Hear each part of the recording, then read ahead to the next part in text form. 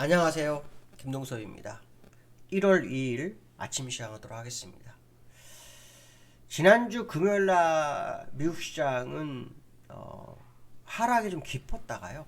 딱 폭축소가 끝났죠. 지난주 금요일은 2022년도를 마감하는 장이기도 했는데요. 작년 한 해를 되돌아보는 그런 뉴스가 좀 많았던 금요일이었다 이렇게 보시면 될 것 같고요. 제일 중요한 것은 작년 한 해가 어떻게 마무리됐고 이번 주에는 어떤 상황이 전개될 것이냐, 이게 되게 중요하겠죠. 이번 주에는 FMC 의사록 공개가 있어요. 이 FMC 의사록 공개를 통해서 연준 의원들의 의중을 확인해야 되죠. 지난번에 금리가 현재 4.5 정도 되죠. 그래서 이제 올렸기 때문에 추가로 올라가는 부분이 어떤 식으로 진행될 건지에 대한 그들의 생각, 그 다음에 경기 판단을 어떻게 하고 있는지, 실제로 경기에 대해서 경기 침체 가능성이 시장이 제기되고 있죠. 경기 침체에 대해서 언급하는 사람 중에 제이미 다이먼 같은 사람들, 그렇죠? 데이비드 솔로몬, 그렇죠? 골드만삭스 CEO, 이런 사람들이 시장에 대해서 여러 가지 얘기를 좀 하고 있어요. 그래서 경기 침체가 다가온 것처럼 얘기하는 상황인데요. 제가 볼 때도 경기 침체에 대해서 연준 의원들이 어떤 발언을 했는지가 굉장히 중요할 것 같습니다. 그래서 그 부분이 이번 주 시장의 방향성을 상당히 영향을 미칠 거다 봐야 될 것 같고요. 작년 한 해를 쭉 보면 가장 문제됐던 것 중에 하나가 테슬라하고 비트코인이었습니다. 테슬라가 고점 대비로 65%가 빠졌고요. 비트코인 64%가 빠지는 모습이 나왔습니다. 사실 다우는 별로 안 빠졌고요. 나스닥은 고점 대비 33% 정도 빠졌죠. 그에 비해서 거의 2배 정도의 하락을 좀 보이는 게 테슬라하고 비트코인인데요.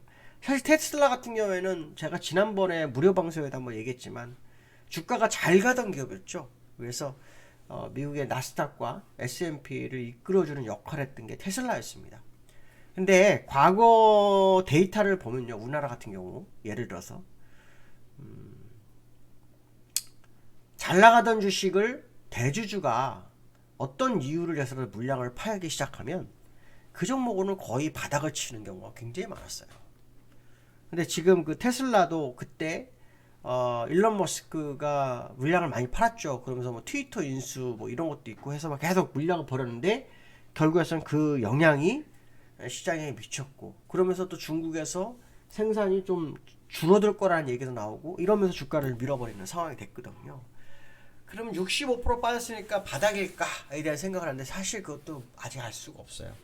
과거 우리나라 사례 보면은 엄청나게 빠진 경우가 많았거든요. 그리고 다시 올라가는데 걸린 시간이 또 십수년 걸립니다. 그러니까 이게 굉장히, 물론 미국이랑 다를 수도 있다는 할 수도 있겠지만 어쨌든 대주주가 물량을 팔았다라는 거에 대한 것은 주주들의 시장 그 종목에 대한 신뢰도가 떨어졌다, 이런 해석도 될 수 있기 때문에 그러한 부분들이 테슬라에 좀 악영향을 미친 것으로 좀 보이고 있고요.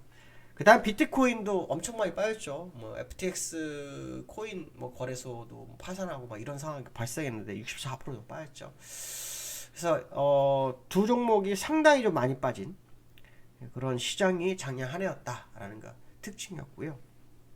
또 특징은 뭐냐면 역사일에 산타랠리는 조금이나마 있었거든요.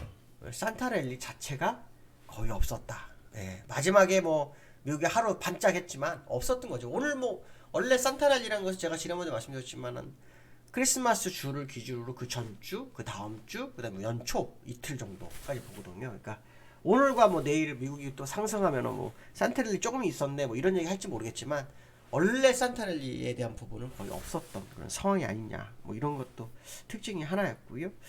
일단 시장에서는 그 작년 한 해 동안 연준이 금리를 또 4.5%로 올렸죠. 베이비 빅 스텝, 자이언트 스텝, 죄송합니다. 빅 스텝 한 번, 베이비 스텝 한 번, 그 다음에 자이언트 스텝 네 번 이렇게 했죠. 네 번 연속으로 한 경우는 정말 오랜만에 있었던 그 사실이라고 하네요. 일단 시장에서는 그 의사록, 아까 처음에 하는 의사록 공개도 있지만 연준이 어느 수준에서 금리를 중단할 건지, 언제 얼마나 더 할 건지에 대한 부분, 시장에서는 1분기 때 금리가 마무리될 수 있다 생각을 하는 것도 꽤 있는 것 같아요. 근데 문제는 뭐냐면 인플레이션이 정말 잡혔을까에 대한 부분이죠.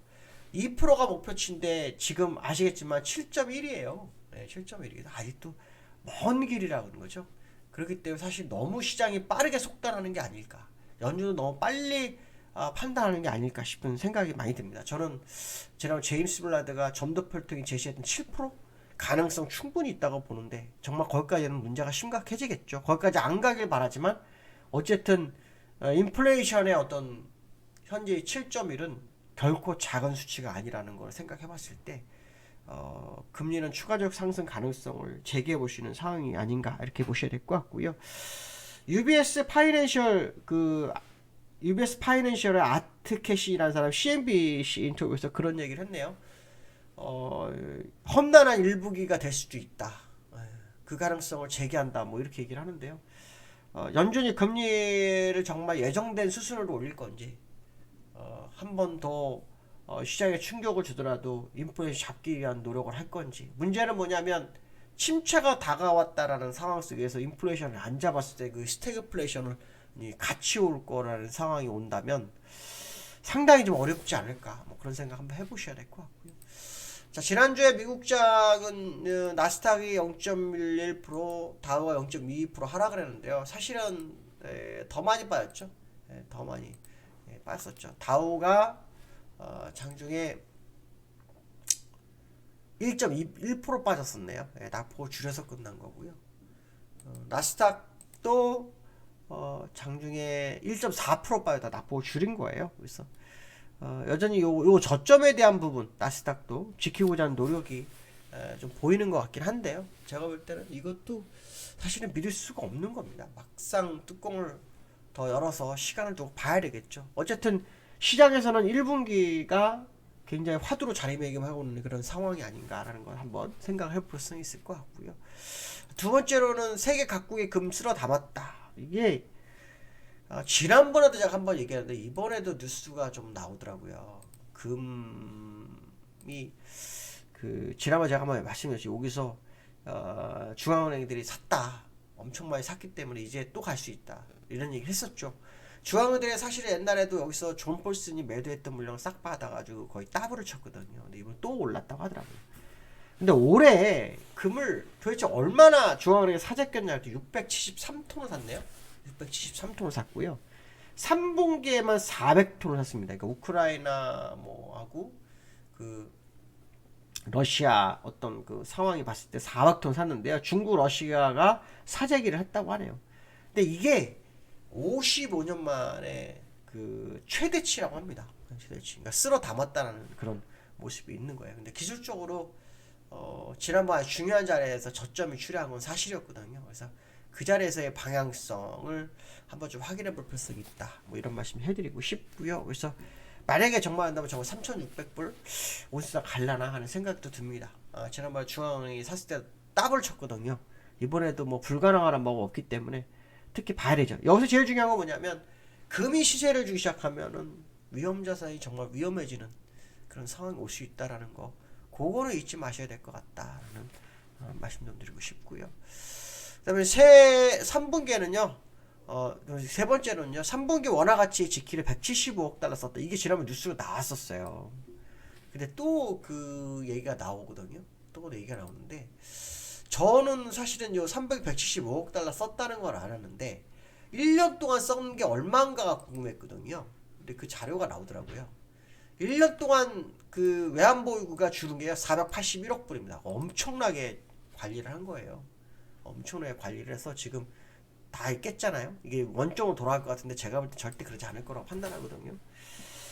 외환보유고가 그러면 4천억 불이 깨졌을지도 모르겠다는 생각이 드는데 어쨌든 481억 불 정도를 소진했다고 합니다.